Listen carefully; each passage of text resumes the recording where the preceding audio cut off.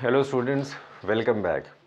हम लोग इस वीडियो में फिर से कुछ न्यूमेरिकल्स को सॉल्व करेंगे जो कि बहुत इम्पॉर्टेंट है ना। लास्ट के न्यूमेरिकल्स जितने भी हुए हैं, मेरे को यकीन है कि आप लोग you people will be practising those numericals, okay. And if you have any problem in those numericals you can just ask me, okay. Now without wasting any time we have to start to solve the numericals. ठीक है, हम बिल्कुल time waste नहीं करते हैं। तो चलो यहाँ देखो, यहाँ पर 3 न्यूमेरिकल्स हैं, ठीक, जो आपकी बुक्स में दिए हुए हैं। कैंडिड पब्लिकेशन की जो बुक है वहीं से मैंने ये 3 न्यूमेरिकल्स लिए हुए हैं और इन्हीं को सॉल्व करना है। ठीक है, न्यूमेरिकल सॉल्व करने के लिए जो बेसिक स्टेप्स होते हैं वो आप सभी को पता है ना। सबसे पहले हमको लिखना रहता है कि गिवन में क्या क्या दिया है, कौन सी वैल्यूज़ दी हैं, ठीक। उसके बाद हमको निकालना क्या रहता है, कौन सा फॉर्मूला यूज़ करना रहता है, और उसके बाद फिर हम कैलकुलेशंस करते हैं और कैलकुलेशंस करके आंसर आ जाता है।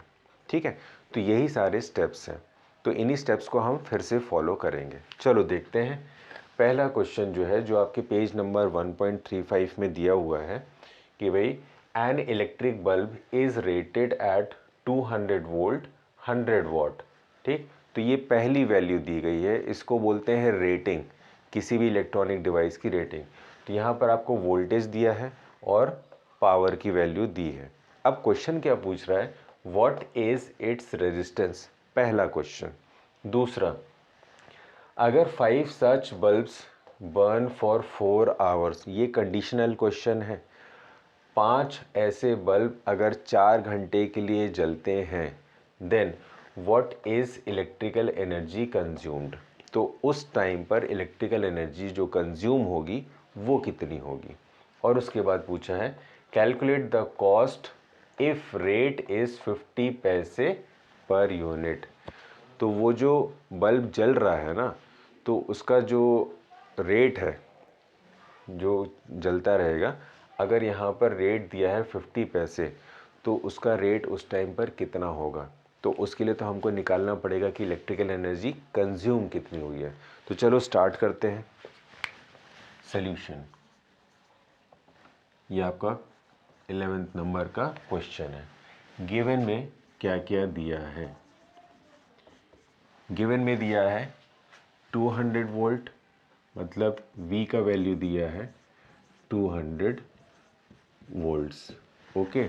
उसके बाद पावर दिया है, मतलब P का वैल्यू कितना दिया है 100 वॉट, ठीक। अब निकालना है हमको टू कैलकुलेट रेजिस्टेंस। रेजिस्टेंस मतलब R इज इक्वल्स टू कितना है, ठीक है।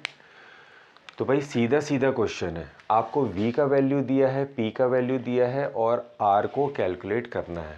तो ये जो आपके फॉर्मूले हैं, इसमें से सबसे आसान सा फॉर्मूला जिसको यूज़ करके हम R का वैल्यू फाइंड आउट कर सकते हैं, वो देखो क्या है। ये 6 नंबर का फॉर्मूला है। हमारे पास P का वैल्यू है, V का वैल्यू है और R को कैलकुलेट करना है, ठीक है। इसी को यूज़ कर लेते हैं, ठीक।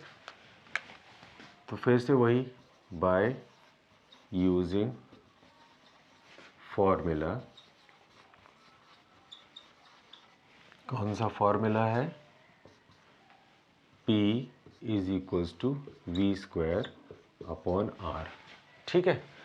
अब यहाँ इस फॉर्मूले से तो हमको क्या यूज़ करना है, R का वैल्यू निकालना है, ठीक है। तो हम इसको इस तरीके से लिख देंगे कि R is equals to V square upon P, ठीक है। मेरे ख्याल से आप लोगों को समझ में आ गया होगा कि ये कैसे आया है। ये जो R है ये P की जगह गया और ये P R की जगह आ गया। क्रॉस मल्टीप्लिकेशन होता है इक्वल के दोनों तरफ, ठीक है। अब यहाँ पर हमको वैल्यूज़ पुट करनी है। तो V का वैल्यू है आपका 200 और 200 का स्क्वायर अपॉन P का वैल्यू है 100। इसी को लिख दो ऐसे, 200 इंटू 200 अपॉन 100, ठीक है। कितनी वैल्यू आ जाएगी जल्दी से बता दो, सिर्फ 0 0 कैंसिल होंगे।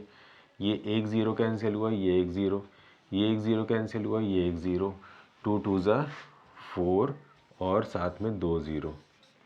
ठीक, तो ये आ गई हमारी पहले क्वेश्चन का आंसर। उन्होंने यही तो पूछा था, व्हाट इज इट्स रेजिस्टेंस। ठीक है, अब जो हमारा, एक मिनट, हाँ पहले आप इतना नोट कर लो, उसके बाद हम आगे प्रोसीड करते हैं।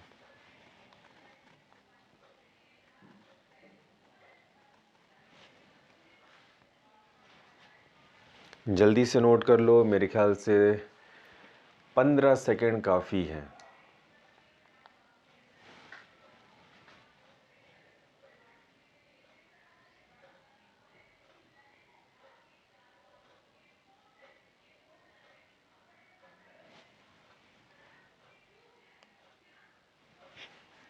ठीक है, नोट कर लिया होगा।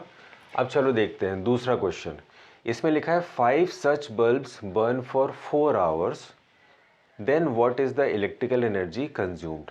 ठीक है, तो भाई सबसे पहले तो हमको ये पता होना चाहिए कि जो एक बल्ब है वो कितना एनर्जी कंज्यूम कर रहा है ना। तो यहाँ पर ये भी मेंशन कर दो कि नंबर ऑफ बल्ब्स जो है वो है 5 बल्ब्स हैं। ठीक, तो पांचों बल्ब कितना एनर्जी कंज्यूम कर रहे हैं ये पता करना है। तो उसके पहले, सबसे पहले हमको ये पता होना चाहिए कि जो एक बल्ब है वो कितना एनर्जी कंज्यूम कर रहा है। तो ये आपका एक क्वेश्चन था। उसके बाद आपका ये दूसरा क्वेश्चन है। तो यहाँ लिख देंगे energy consumed by one bulb. ठीक है, एक बल्ब की बात हो रही है, तो एनर्जी कंज्यूम कितनी हुई है इसका वैल्यू कैलकुलेट करने के लिए हम कौन सा फार्मूला यूज़ करेंगे, ये वाला सिंपल। ठीक है, P = W/T, सबसे सिंपल फार्मूला है। ठीक, तो बाय वन बल्ब की बात आ रही है, तो P = हो गया W/T। हमको सिर्फ W की वैल्यू कैलकुलेट करना है, तो ये T आ जाएगा यहाँ पर। तो इसका मतलब W = हो जाएगा P × T। ये एनर्जी, ये जो है ये एनर्जी है। एनर्जी को हम कैलकुलेट कर रहे हैं सिर्फ एक बल्ब के लिए। तो आओ चलो देखते हैं, वैल्यू पुटअप कर देते हैं। पावर हम ये वाला लेंगे, ये हो गया 100 वाट, और टाइम है आपका 4 आवर्स। ठीक, ये जो आपका एनर्जी है इसको आप सेकेंड्स में भी कन्वर्ट कर सकते हो। मतलब यहाँ 4 आवर्स लिखा है ना, तो 4 आवर्स की जगह हम इसको सेकेंड्स में भी कन्वर्ट कर सकते हैं। तो अभी बिना कन्वर्शन किए अगर हम लिखते हैं तो ये हो गया 400 आवर्स। ठीक, मतलब W जो एनर्जी कंज्यूम्ड है एक बल्ब की वो 400 आवर्स आई। फॉर, यहाँ लिख देते हैं फॉर वन बल्ब। ठीक है, एक बल्ब का जब इतना एनर्जी निकल गई तो 5 बल्ब का आराम से निकाल लोगे। सिंपली इसमें 5 का मल्टीप्लाई कर दो। तो यहाँ लिख देते हैं now energy consumed by 5 such bulbs कितना हो जाएगा भाई, W = 400 × 5, ये हो गया आपका 200 वाट आवर। ठीक है, या यहाँ लिख लो W = 2000 वाट आवर। ठीक है, आसान था। अभी हमारा एक चीज़ और बचा हुआ है। ठीक, वो ये बचा है कि हमको कैलकुलेट करना है कॉस्ट भी। अगर 50 पैसे पर यूनिट, आपकी बुक में नहीं लिखा है लेकिन 50 पैसे पर यूनिट रेट है। ठीक है, तो हमारा जो टोटल एनर्जी कंज्यूम हो रही है वो 2000 वाट आवर कंज्यूम हो रही है। ठीक, तो आपको कुछ नहीं करना है, सिंपल इस 2000 में 50 पैसे का मल्टीप्लाई कर देना है। ठीक है, और जो 50 पैसा है यहाँ पर देखो, ये जो यूनिट है ये बड़ी यूनिट ले रहे हैं, वॉट आवर। ठीक है, तो आप पैसे को कन्वर्ट कर लोगे रुपीज़ में। कैसे करते हैं, अगर ऊपर का लिख लिया हो तो मैं रब कर देता हूँ, है ना। मेरे ख्याल से आप लोगों ने लिख लिया होगा, या फिर आप लिख लो, 1 मिनट का टाइम है, लिख लो।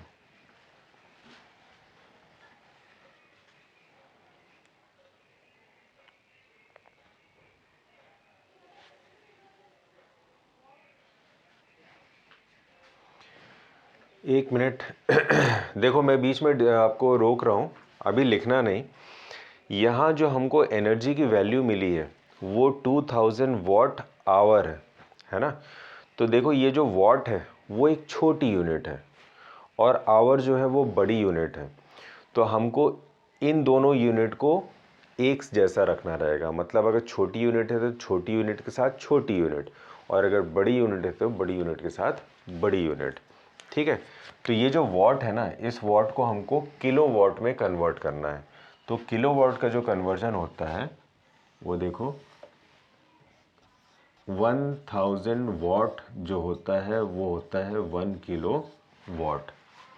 ओके, तो उस कन्वर्शन को अपने दिमाग में रखना। और यहाँ पर अगर इसको हम बड़ी यूनिट में करते हैं, मतलब किलो वॉट आवर में, तो ये कितना हो जाएगा, W इक्वल्स टू, इसको लिख सकते हैं 2 इंटू 10⁻³ 10⁻³ वॉट आवर। तो 10⁻³ वॉट कितना हुआ, 1 किलो वॉट। तो ये 10⁻³ की जगह हम क्या लिख देंगे, 1 किलो वॉट। और 2 इंटू 1 हो जाएगा कितना, W equals to 2 kilowatt. ठीक, और ये हो गया आवर।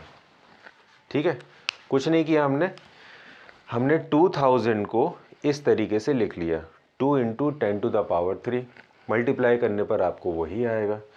अब 10⁻³ मतलब 10,000 वॉट कितना होता है, 1 किलो वॉट।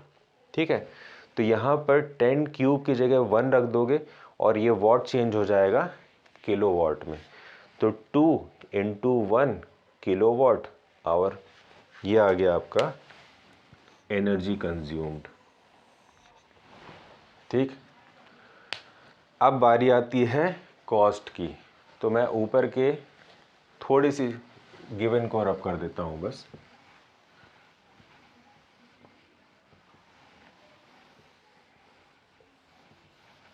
चलो भाई देखो, अभी हमारा जो लास्ट का था, calculate the cost if rate is 50 पैसा per unit.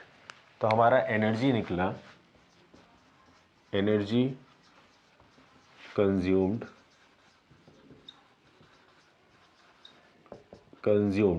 Is equals to 2 kilowatt our.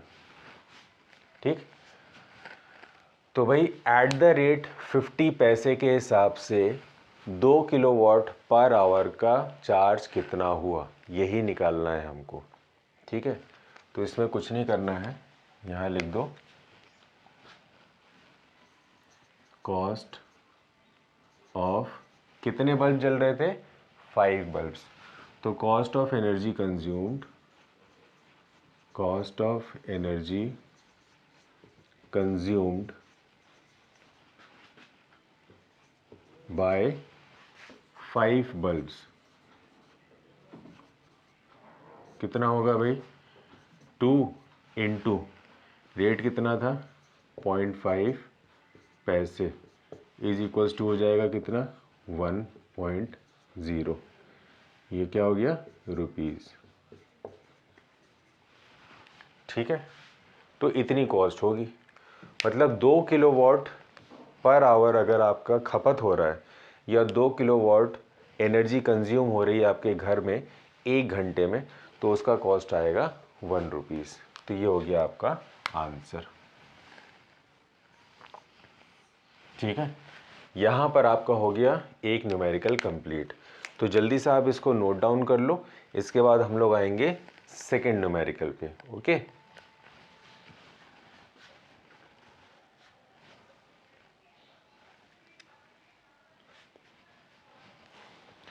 मेरे ख्याल से 2 मिनट 2 मिनट में आप नोट कर लोगे, जल्दी से नोट कर लो, फिर हम नेक्स्ट वाला न्यूमेरिकल सॉल्व करते हैं।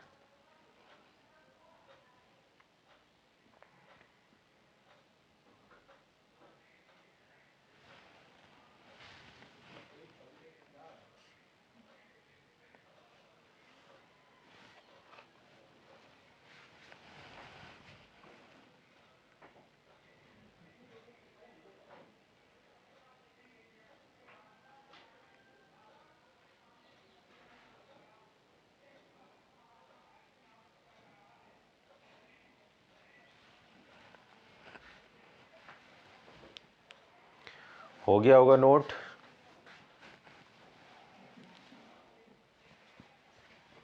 ठीक है, समझ गए होगे? तो मैं रब कर देता हूँ धीरे धीरे ऊपर की 2 लाइन।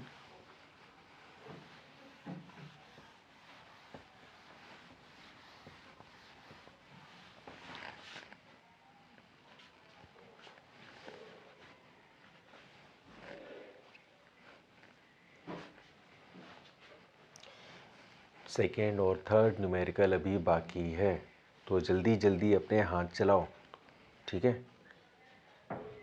कहीं अभी कोई कन्फ्यूजन की कोई यहाँ पर कंडीशन है नहीं, जल्दी जल्दी लिख लो।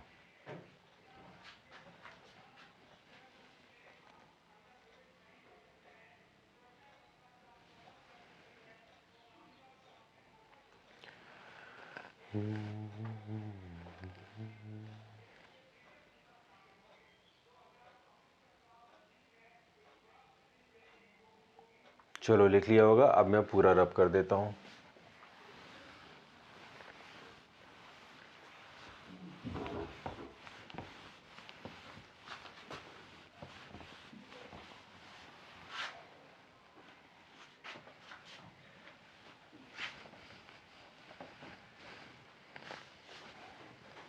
सोल्यूशन नंबर, अब हमको करना है सोल्यूशन नंबर 12। ओके, तो सोल्यूशन नंबर 12 की तरफ आगे बढ़ते हैं। मैं इसको भी रब कर देता हूँ।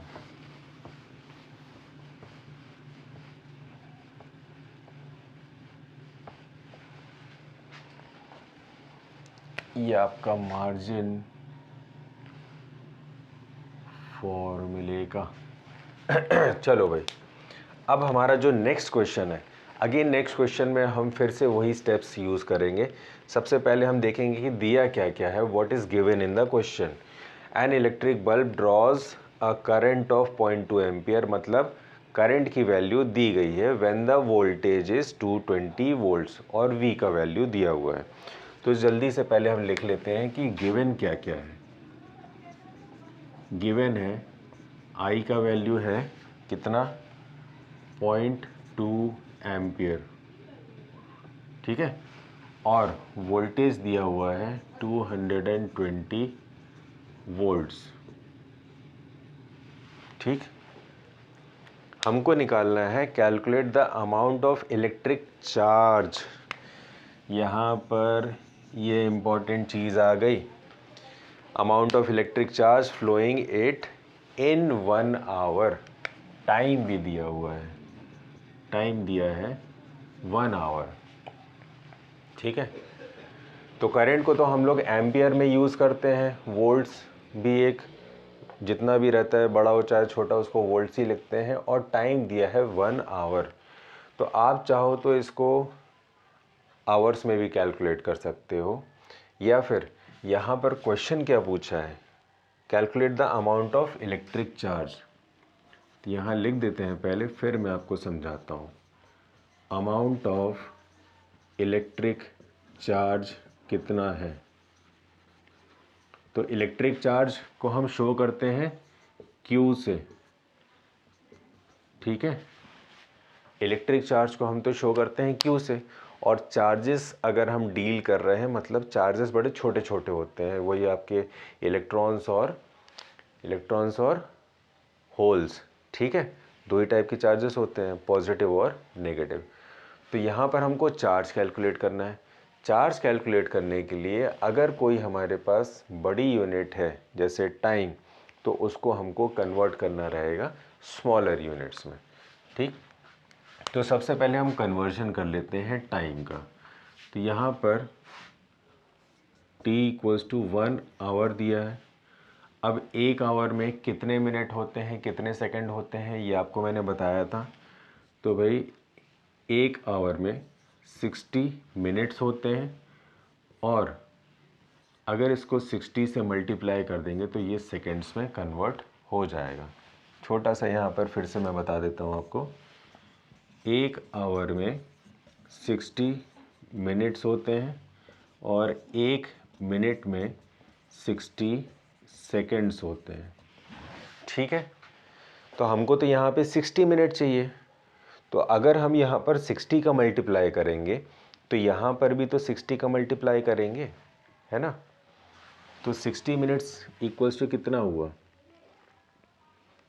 60 minutes is equals to 60 × 60 seconds. ठीक है, मेरे ख्याल से आप लोगों को दिख रहा होगा। तो ये जो 60 मिनट का वैल्यू है ना, 60 × 60, इसको उठा के आप यहाँ रख दो। ठीक, तो ये हो जाएगा आपका 1 आवर इक्वल्स टू 60 × 60 सेकेंड्स। इस तरीके से कन्वर्ट करते हैं 1 आवर को। तो मतलब टाइम हो गया आपका 3600 सेकेंड्स।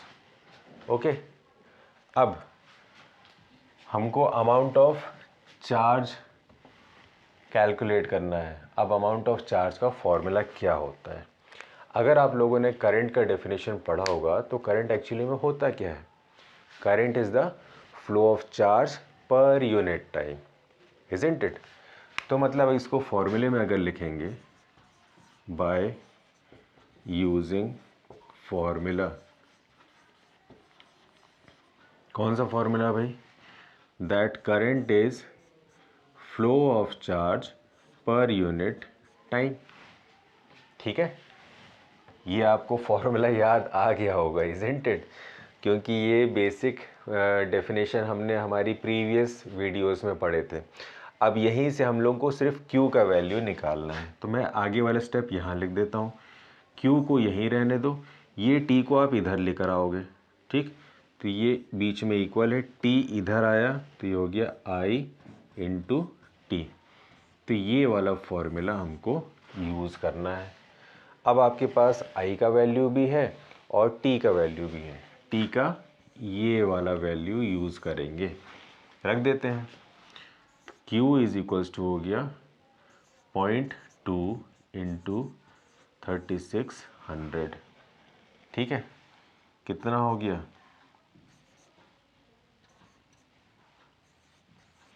ठीक, 2 को जब 3600 से मल्टीप्लाई करोगे तो आपके 7200 आ रहे हैं, और ये जो डेसिमल है वो एक डिजिट से पहले लगा है। तो यहाँ पर भी डेसिमल यहाँ पर लगेगा एक डिजिट से पहले। ठीक, तो Q कितना आया? 720। ठीक है, और चार्ज को कैलकुलेट करने की यूनिट क्या होती है? क्यूलम। ठीक, तो ये हो गया आपका आंसर। ठीक है, तो यहाँ पर मैं ये क्वेश्चन इसलिए मैंने करवाया क्योंकि क्वेश्चन जो है, क्वेश्चन में आपको करंट और वोल्टेज दिया है और बच्चे यहाँ पर कंफ्यूज होते हैं। कहाँ पर? Calculate the amount of electric charge flowing through it in 1 our.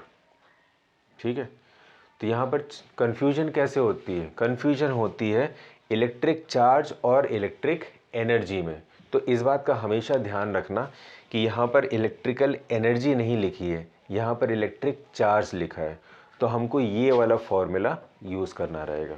Okay, तो इस तरीके से न्यूमेरिकल्स आपको बहुत ध्यान से करना रहेगा। हर चीज़ का थोड़ा सा ध्यान देकर, बस थोड़ी देर आप अपनी दिमाग को शांत रखो और क्वेश्चन को अच्छे से पढ़ लो, वैल्यूज़ पहले लिख लो, पूछा क्या है वो भी लिख लो, उसके बाद ही आप फॉर्मूला का यूज़ करोगे। ठीक है, तो है बहुत सिंपल न्यूमेरिकल, लेकिन ये जो है इलेक्ट्रिक चार्ज, इसका ध्यान देना है, हमें चार्ज कैलकुलेट करना है। ठीक, तो चलो भाई जल्दी से आप लोग इसको नोट कर लो, फिर हम बढ़ते हैं हमारे नेक्स्ट वेरी इंपॉर्टेंट न्यूमेरिकल। है बहुत आसान, लेकिन अगर आपका बेसिक क्लियर होगा तो ही समझ में आएगा। ठीक है, तो आप इसको नोट कर लो।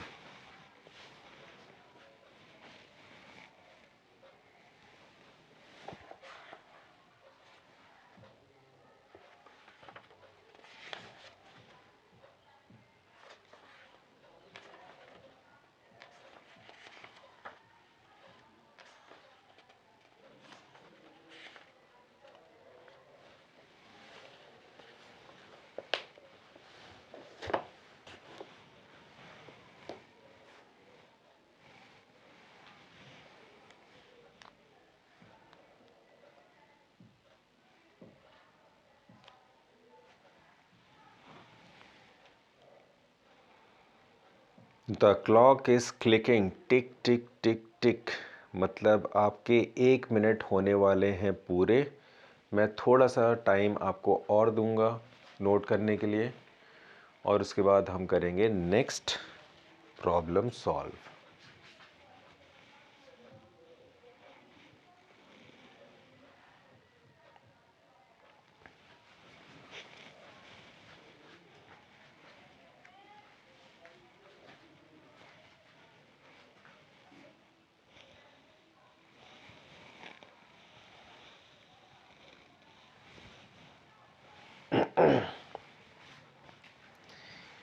एक मिनट आप लोग नोट कर लो। ठंडी का सीज़न है, ठंडी के सीज़न में पानी लोग ज़्यादा नहीं पीते हैं, लेकिन मैं पानी यूज़ करता हूँ।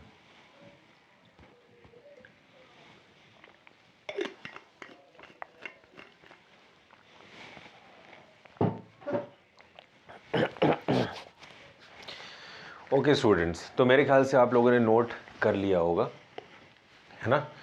तो हम इसको अब रब करते हैं और बढ़ते हैं नेक्स्ट टाइप के क्वेश्चन पे। कन्वर्जन्स का बहुत ध्यान रखना है। कन्वर्जन्स आर वेरी इम्पॉर्टेंट, क्योंकि अगर आपने किसी क्वेश्चन में सही कन्वर्जन नहीं किया तो आपका जो आंसर है वो रॉन्ग हो जाता है। भले ही आपकी प्रोसीजर सही रहती है, स्टेप सही रहते हैं, लेकिन आंसर अगर गलत हो जाता है तो कई बार जो इवेल्युएटर्स होते हैं वो पूरा का पूरा सोल्यूशन कट कर देते हैं, ठीक है, जबकि आपको स्टेप्स के नंबर मिलने चाहिए। चलो फिर अब देखते हैं नेक्स्ट हमारा पेज नंबर 1.55 कैंडिड पब्लिकेशन की जो बुक है उसमें पेज नंबर 1.55 में ये एक इम्पॉर्टेंट क्वेश्चन दिया है। बड़ा अजीब सा क्वेश्चन है, ठीक। तो चलो इस क्वेश्चन को देख लेते हैं। वो है क्वेश्चन नंबर 1, पेज नंबर 1.55, ठीक। क्या क्वेश्चन है? क्वेश्चन में पहले डायग्राम देख लो। मेरे ख्याल से ये डायग्राम आपको दिख रहा होगा, है ना, लेकिन क्योंकि छोटा सा डायग्राम है तो मैं वहाँ फिर से बना देता हूँ। उन्होंने एक ग्राफ दिया है इस तरीके का, ठीक। यहाँ पर आपका करंट एम्पियर्स में है और यहाँ पर आपका वोल्टेज वोल्ट्स में है, ठीक है। आप सभी को मालूम है कि ये वाई एक्सिस है और ये एक्स एक्सिस है ना। ग्राफ का क्वेश्चन अगर कभी भी दिया जाता है तो आपको स्लोप के बारे में पता होना चाहिए कि स्लोप को कैसे कैलकुलेट करते हैं, ठीक है। तो यहाँ पर उसी स्लोप का फॉर्मूला यूज़ होगा। बहुत ही सिंपल सा है कंसेप्ट। यहाँ पर हम देखते हैं क्वेश्चन में क्या दिया है। 2 लाइन्स ऐसी दे दी गई हैं, एक लाइन ये है और एक लाइन ये है। इसको दे दिया है ए और इसको दे दिया है बी, ठीक है।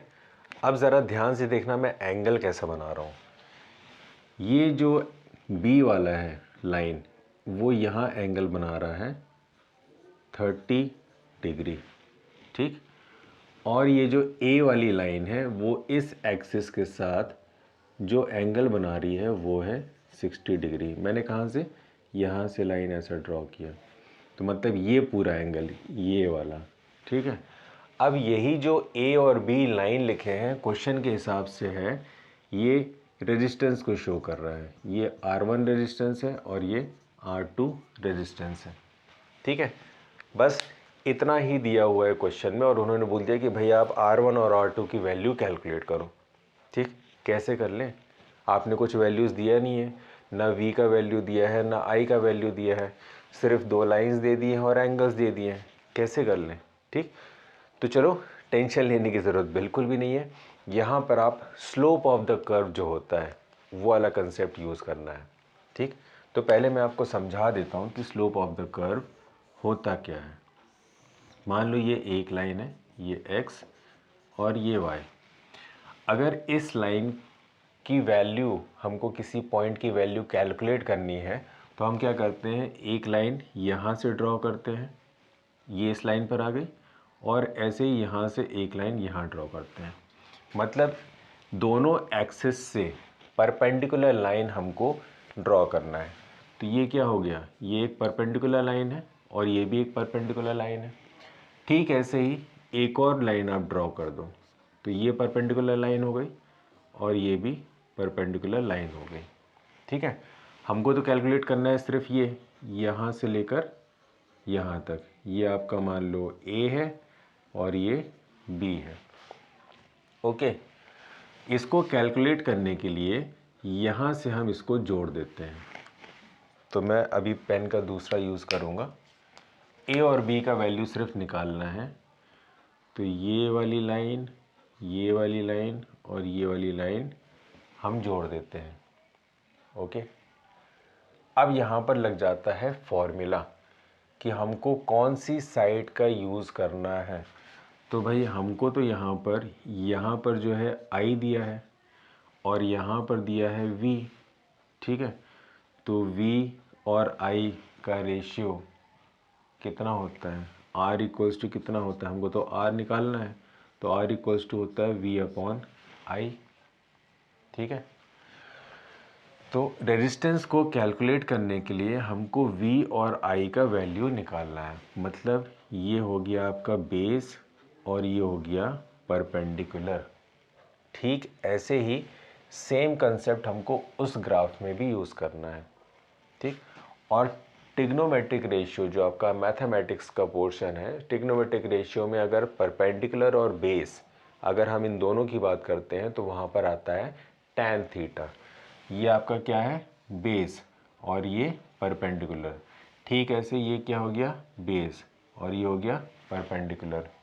ठीक, तो यहाँ पर जो एंगल रहता है, इस एंगल को tan के साथ लिख देते हैं।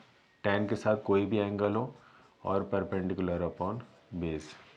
ठीक है, चलो अब ये जो कंसेप्ट है, इस कंसेप्ट को हमको यहाँ यूज़ करना है। दो लाइंस हैं A और B। A R1 को बता रहा है और B R2 को बता रहा है। तो पहली लाइन के लिए हम यहाँ लिख देंगे फॉर A। हमको सिर्फ क्या निकालना है, रेजिस्टेंस, परपेंडिकुलर और बेस। तो कौन सा फॉर्मूला लगेगा, tan थीटा का। फॉर A tan थीटा जो एंगल है, तो A पे क्या एंगल बन रहा है, 60।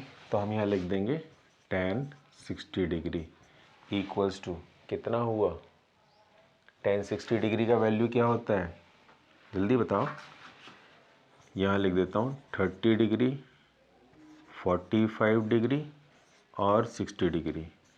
ये होता है 1/√3, ये होता है 1 और ये होता है √3। ठीक है, तो वैल्यू यहाँ पुट कर देते हैं। tan 60 is equals to R is equals to कितना हो गया, √3। अब √3 का वैल्यू तो कुछ होता नहीं है, क्यों होता है, नहीं होता है। तो हम यहाँ पर एक मैथमेटिक्स का सिंपल सा स्टेप यूज़ करेंगे कि यहाँ पर मल्टीप्लाई कर देंगे √3 अपॉन √3 से। ठीक है, इसको, इस प्रोसेस को बोलते हैं रैशनलाइजेशन करना। ठीक है, रैशनलाइज करने के बाद जो R का वैल्यू है वो कितना आ रहा है, √3 इंटू √3 सभी को पता है 3 होता है, और यहाँ हो गया √3। अब चाहो तो इसको आप आगे सॉल्व कर लो या फिर इतना ही रहने दो, वो आपके ऊपर है। ठीक है, ठीक ऐसे ही B के लिए, फॉर B। अब ये जो B है वो कितना एंगल बना रहा है, 30 डिग्री। ठीक, तो 30 डिग्री कितना होगा फॉर B के लिए, tan 30 degree is equals to, ये आता है आपका 1/√3। ये किसकी वैल्यू आ रही है आपकी, r की। तो ये भी 1/√3 में है, ठीक है। इसको फिर से हम अगर रैशनलाइज कर देते हैं तो यहाँ r = 1/√3 इंटू √3/√3, तो ये हो जाएगा √3/3। ठीक है, पहले इतना नोट कर लो, फिर आगे बताता हूँ।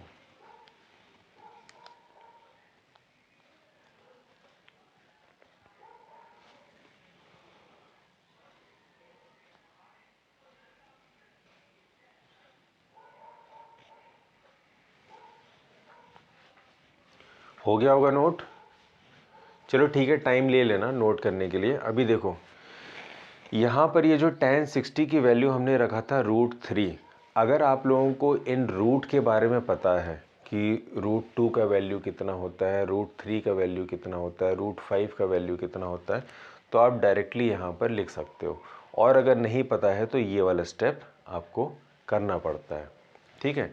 फॉर एग्ज़ाम्पल जो बुक में रूट्स रहते हैं, रूट की वैल्यू, √2 का वैल्यू होता है 1.414, ठीक है। और ऐसे ही √3 का वैल्यू होता है 1.732। ओके, तो यहाँ पर हमको tan 60 का जो वैल्यू था वो कितना आया था, √3, ठीक। इसका एक अदर सोल्यूशन मैं यहाँ कर देता हूँ। छोटी सी लाइन है, छोटी सी लाइन में समझ लेना, ठीक है। tan 60 डिग्री इक्वल्स टू √3, तो √3 का वैल्यू आता है 1.732। और tan 60 हमने निकाला, मतलब हमने किसके लिए, a के लिए निकाला, और a को क्या शो कर रहा है, R1, ठीक। तो R1 की वैल्यू आई 1.732 ओम्स, ठीक। ठीक ऐसे ही tan B के लिए, लेकिन tan B में तो यहाँ पर 1/√3 आ रहा था, तो 1/√3 तो हम ओम्स में लिखेंगे नहीं, इसलिए यहाँ पर भी रैशनलाइजेशन कर दिया। तो ये वैल्यू आ रही है आपकी √3/3, ठीक। इसको लिख दो 1.732/3। बस अब इसको डिवाइड कर लो, तो r की वैल्यू कितनी आनी चाहिए, 3।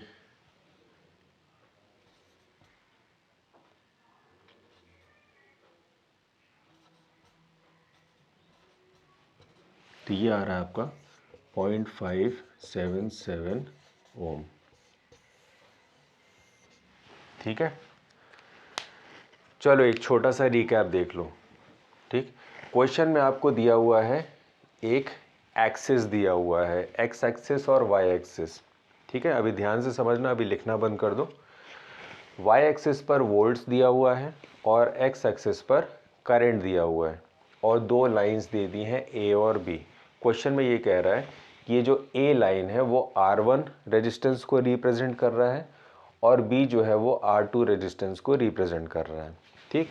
अब ये जो लाइन ए है वो एक्स एक्सिस के साथ 60 डिग्री का एंगल बना रहा है, और जो लाइन बी है वो बना रहा है 30 डिग्री का एंगल, ठीक है। इस टाइप के क्वेश्चंस आते हैं, तो जिसको मेथड पता रहती है वो बड़ी आसानी से सॉल्व कर लेते हैं। तो इस टाइप के क्वेश्चंस में आपको निकालते जो आना चाहिए वो है स्लोप। स्लोप अगर ये आपने निकालते बन गया, ठीक, तो इजीली आप कोई भी क्वेश्चन कर सकते हो। क्वेश्चन समझ में आ गया? ग्राफ दिया हुआ है, एंगल दिए हुए हैं, लाइन ए और बी R1 R2 को रिप्रेजेंट कर रहे हैं, तो हमको R1 और R2 का वैल्यू ही फाइंड आउट करना है, ठीक है। अब ओम्स लॉ के हिसाब से R का वैल्यू होता है, या फॉर्मूला होता है V/I, ठीक। तो ये जो है V, और ये यहाँ पे वैल्यू मिलेगी I की, तो V/I अगर हम कर देते हैं तो हमको R का वैल्यू मिल जाएगा। और tan के फॉर्मूले में, जो tan का फॉर्मूला होता है, tan थीटा का फॉर्मूला होता है परपेंडिकुलर अपॉन बेस, ठीक है।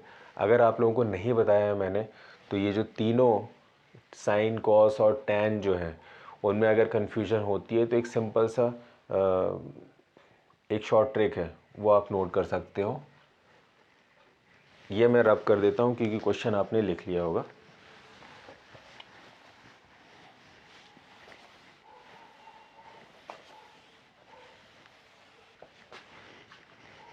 मेरे ख्याल से आप लोगों को मैथमेटिक्स में ज़्यादा प्रॉब्लम है नहीं। तो देखो, साइन थीटा कॉस थीटा और टेन थीटा इक्वल्स टू क्या होता है?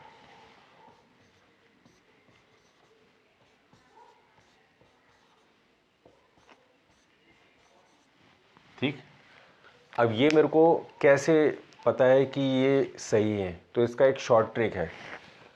साइन कॉस टेन सबसे पहले आपको लिख देना है, उसके बाद यहाँ क्या लिखना है वो देखो, पापा हैप्पी बेटा हैप्पी तो पापा बेटे हैप्पी। ओके, फिर से देख लो, पापा हैप्पी बेटा हैप्पी तो पापा बेटे हैप्पी। तो ये शॉर्ट ट्रिक आप लोग जो है अपनी कॉपी में नोट कर सकते हो, या फिर यहाँ लिख देता हूँ पापा हैप्पी, ठीक, फिर बेटा हैप्पी, फिर पापा बेटे हैप्पी, पापा बेटा हैप्पी। यहीं तक रहने दो।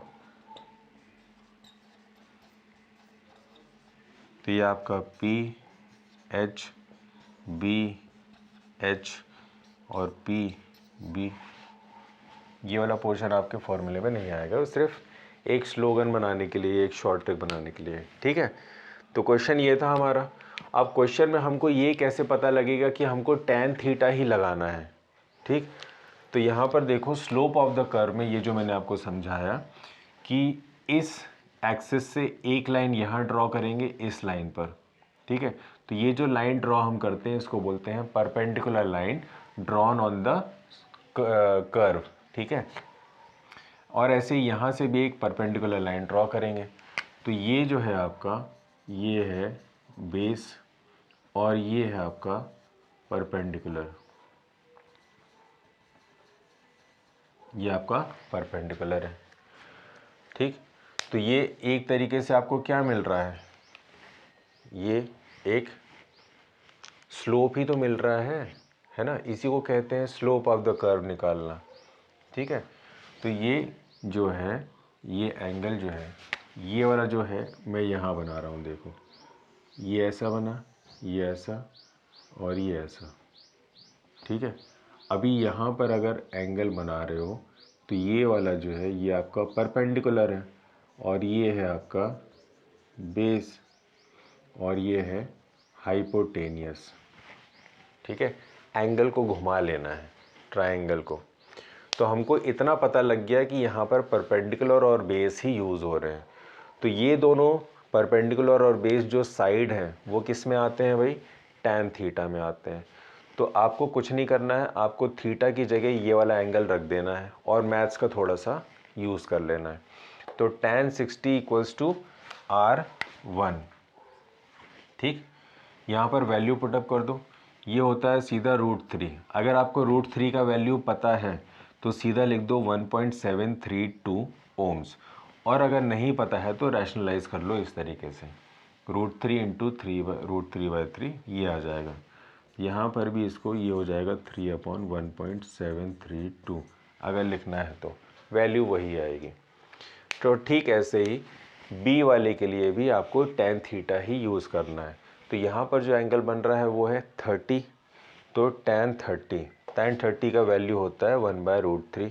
अब यहाँ पर 1/√3 सिर्फ लिखकर हम नहीं छोड़ सकते हैं, क्योंकि रेजिस्टेंस का वैल्यू रूट में नहीं रहता है, उसका एक फिक्स्ड वैल्यू होता है, या तो 1, 2, 3 या पॉइंट में आएगा 0.5, 0.6 इस तरीके से। तो यहाँ पर आपको फिर से ये जो प्रोसेस है जिसको बोलते हैं रैशनलाइजेशन, मैं यहाँ लिख देता हूँ, क्या बोलते हैं इसको? रैशनलाइजेशन। रैशनलाइजेशन, ये प्रोसेस आपको करना रहता है। ठीक है, तो हमने क्या किया, हमारे पास तो वैल्यू आ गई थी 1/√3, तो 1/√3 तो हम लिख नहीं सकते हैं, तो हम क्या करेंगे, इस 1/√3 का रैशनलाइजेशन कर देंगे। और रैशनलाइजेशन का मतलब है कि जो नीचे रूट है उसी को ऊपर मल्टीप्लाई कर दो और उसी को नीचे मल्टीप्लाई कर दो। तो यहाँ पे √3 था, इसलिए √3/√3 का मल्टीप्लिकेशन कर दिया।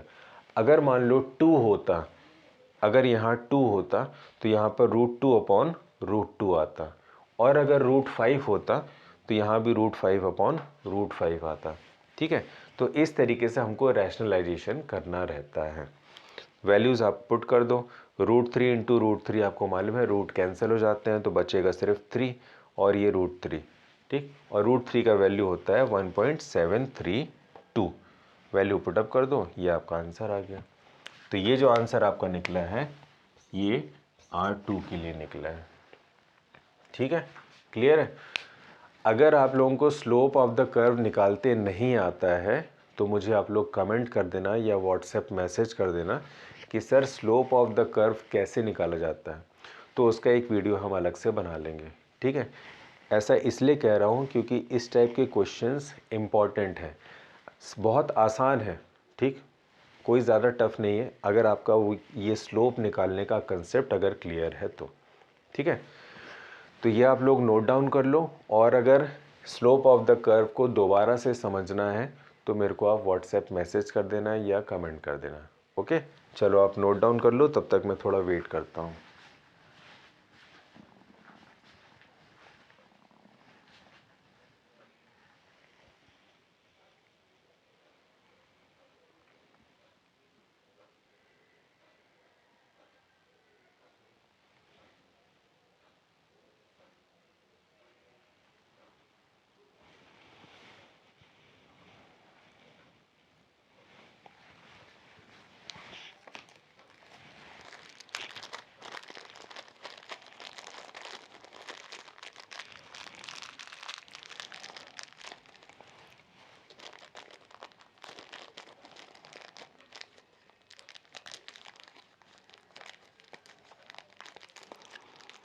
और एक चीज़ का ध्यान रखना स्टूडेंट्स कि ये जो स्लोप ऑफ द कर्व है ये आप लोगों को 9th क्लास में पढ़ाया गया है कि कैसे किसी ग्राफ का स्लोप निकालते हैं और उसमें कौन सा ट्रिग्नोमेट्रिक रेशियो लगता है।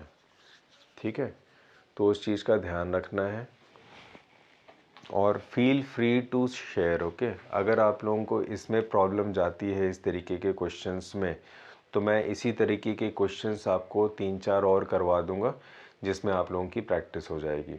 लेकिन मेरे को फीडबैक चाहिए आपका कि ये आपको करना है या नहीं करना है। ठीक है, चलो मेरे ख्याल से आप लोगों ने नोट कर लिया होगा, है ना। तो इस तरीके से हमको न्यूमेरिकल्स सॉल्व करने हैं। तो स्टार्टिंग में थोड़ी सी प्रॉब्लम आ सकती है कि स्टार्टिंग करने में थोड़ी सी कहीं कहीं मिस्टेक हो जाता है, इसीलिए बोला जाता है कि प्रैक्टिस करो। ठीक, ये छोटा सा प्रॉब्लम है, मुश्किल से 5-6 स्टेप हैं, और 5-6 स्टेप में अगर आपको 4 नंबर मिल जा रहे हैं, means if this question is of 4 marks and for just writing down 4 to 5 steps you are scoring at least 4 marks in one question within a minute, तो उसमें क्या बुरा है। मतलब 1 मिनट में आप 4 नंबर अगर एग्ज़ाम में बना ले रहे हो तो उसमें क्या प्रॉब्लम है। सिर्फ आपको अभी ये जो आपका टाइम ड्यूरेशन है इसमें आपको प्रैक्टिस करना है और कुछ नहीं। ठीक, तो मिलते हैं नेक्स्ट वीडियो में, और मुझे कमेंट करना या व्हाट्सएप मैसेज करना मत भूलना अगर इस टाइप के क्वेश्चंस और सॉल्व करने हैं तो। ठीक है, do the practice and clear your basics. हमेशा अपने बेसिक्स क्लियर रखो क्योंकि आपके बेसिक्स जो है वो कहीं भी यूज़ हो जाते हैं। ठीक, सिर्फ आपके एग्ज़ाम्स में ही नहीं, आपकी डेली लाइफ में भी ये बेसिक्स यूज़ होते हैं। इसीलिए बोला जाता है कि science is a very interesting subject. ठीक, साइंस एक बहुत इंटरेस्टिंग सब्जेक्ट है अगर आप लोगों को वो कंसेप्ट्स समझ में आते हैं तो।